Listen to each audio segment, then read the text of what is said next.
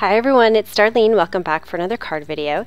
Today's card uses the Best Fishes stamp set by Simon Says Stamp. It's one of my favorite sets. I've used it quite a bit. I'm also using this Bouquet Dots set by Ellen Hudson. And finally, I've got my Mama Elephant Landscape Trio dies, which I've also used quite a bit in the past. So the first thing I'm going to do is stamp my circles on a piece of Neenah Solar White cardstock cut to 4 1/4 by 5 1/2. And I'm just going to randomly stamp these circles and just make sure that they're touching on the edges. And it doesn't have to be perfect, just sort of randomly put them down there.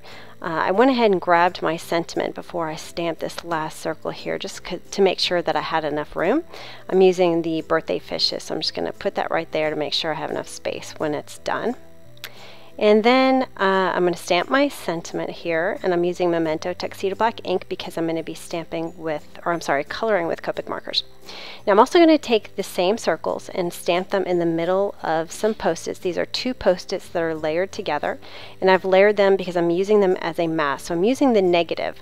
I want to cut out these circles. So I'm just going to poke my scissor in the middle here. Just watch your fingers on the other side, and if you just kind of keep cutting in a circle, you'll get to the edge and it'll be a lot easier to cut these out. And Post-its are pretty thin, so this wasn't really a big deal to cut out. And the reason why I have 2 Post-its here is because sometimes the dye ink will seep through the mask and get on the cardstock, and so I just wanted to be proactive in making sure that none of the ink went through my Post-it. Alright, so here I am creating the masks, and this is just a process that I'm just going to go through for each of the circles. I'm stamping the fish, and the set comes with a big solid fish and a small solid fish, and so I'm just kind of randomly placing them and making it look like they're kind of coming and going from the circle. And then I've got some Sea Glass ink by Simon Says Stamp, and I'm just going to randomly stamp this all over. I'm not going to worry too much about covering the black fish because you won't be able to see the sea glass, but I am going to be careful not to cover the actual fish that I'm going to be coloring with Copics. So I'm just going to continue this process and do the same thing for each circle. I must say it was kind of relaxing because there wasn't a whole lot of thinking involved, because there was a lot of repetition of stamping the fish, stamping the dots, and then moving the mask. So it was kind of nice doing this. And anyway, this design can be used pretty much with any sort of shape. Now I use circles because I was sort of looking for the bubble sort of look, but you could also use squares or rectangles, or a combination of squares and rectangles, triangles. I mean, there's a bunch of different things you can do. Just put them up next to each other and then create a mask so that it looks like there are things inside your shapes. Okay, so now it's time to color my fish. I'm going to start off with this big one here in the upper right. I'm doing a BG45 all across the whole body, and then I'm going to take a BG49 and just color the shadow areas. Now when I went back in to blend with my BG45, I've slowed this down because something happened, which may have happened to you before. A whole glob of ink came out and spread across my fish, and of course I didn't learn from the first time, so I hit it again and got another big blob, which then started to creep over my Memento outline. So what this means is you've got too much ink in your pen, and this is kind of a new pen that I got, and what you have to do is just lay it on its side and just let it sort of rest and even out across the 2 different tips. I may have had this stored downward possibly. I'm not sure exactly why this did it, but anyway, I'm going to go ahead and continue to risk coloring this fish with the markers, and then I'm going to come back and fix it later, because it's much easier to fix those mistakes, those over the line mistakes, after it's had a chance to dry. So I'm going to let that dry while I work on these other fish. So this one is a BV02 all over, and then a BV04. And then what I did was created the scales of the fish by taking a B000. So this is blue, and this is real time. So you can see exactly how long I'm holding down the pen. I've kind of got it at an angle so I get sort of an oval look from the marker. And I'm going to have them closer together as it's toward the back of the fish, and then I'm going to spread them out a little bit more as I get toward the front of the fish. And this is a great way to really add some detail to the fish and not just have some plain coloring. My next fish is going to be yellow. I'm using my 3 favorite yellow Copic markers together, Y11, 15, and 17. And I'm going to do an all over Y11, then I go back in with my Y17, and then I'll take the Y15, blend that out a little bit, and then I'll finish off with a Y11 across the whole thing. And for this one, what I'm going to do, not really scales, but dots. So I'm going to take my darkest one, which is the Y17, and I'm just going to dot this fish from back to front, and again, spreading them out as I get toward the front. And I'm going to do that same exact thing here with this fish. I'm using oranges, YR04 first, and then I'm going to color the shadow areas with the YR09, just the top and the bottom, so it looks like he's kind of rounding around. And then I'm going to blend it back in with the YR04, and I'll take my YR09, so I'm not introducing any new colors here. I'm just going to dot the top and the bottom, and then kind of make the dots a little bit more spread out as I get toward the middle of the fish. And I'm just going to add a few to the fins at the top.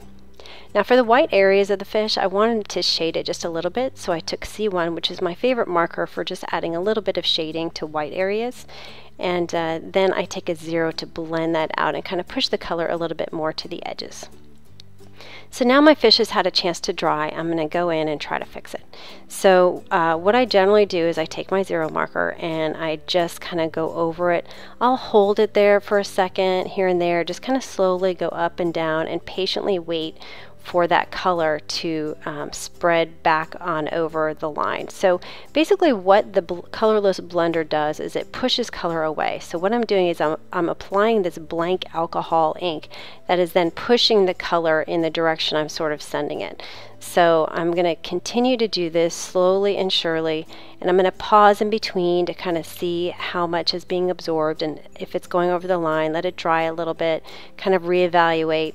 That's what I'm doing right here, and then I'll go and add some more ink, and just keep doing this periodically, and you're not going to end up with a perfect result, but it's not going to be anything that's really going to be noticeable by the recipient of the card. So I'm not too worried about this. I didn't want to start over, so this is the fix that I'm doing, and it really doesn't take that long.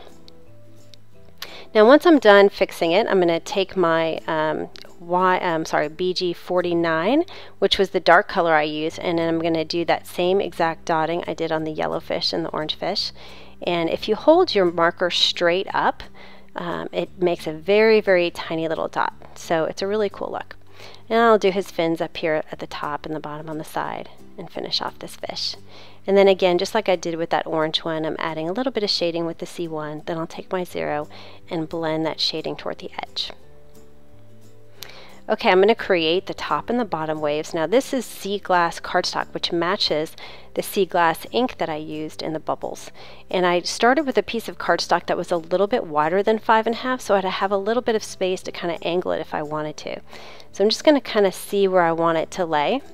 And I'm grabbing a pencil here, and what I'll do is I'll carefully flip this over since I'm angling it a little bit, so I can't really cut it straight across. And I'll draw my line on the back, and that's where the edge of my cardstock is. So now I can take that piece and run it through my trimmer, and I'll get the angle that I want.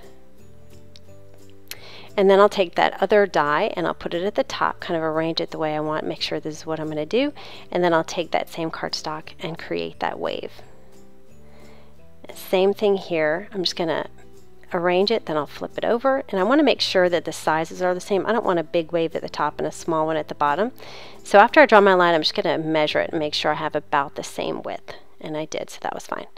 So here they are together on the card. It looks good, so I'm going to go ahead and tape it down using my ATG, and then there'll be some hanging off the side because I added that extra, so I'd be able to angle it. And I'm just going to trim those off from the back.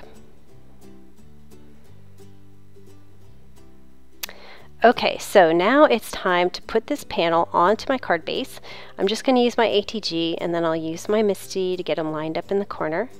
Just kind of stick that in the corner there, both pieces, and then push it down and flatten it out. And this one I did not have the problem with the 1/32 of an inch edge hanging off the side, so I didn't have to do anything more with that. And that is the card for today. I think it came out really cute. I love these fish so much, and I like how the colors match up, the ink matches up with the cardstock. It really makes it easy to flow together. And anyway, I hope you enjoyed that, and I will see you next time. Thanks for watching.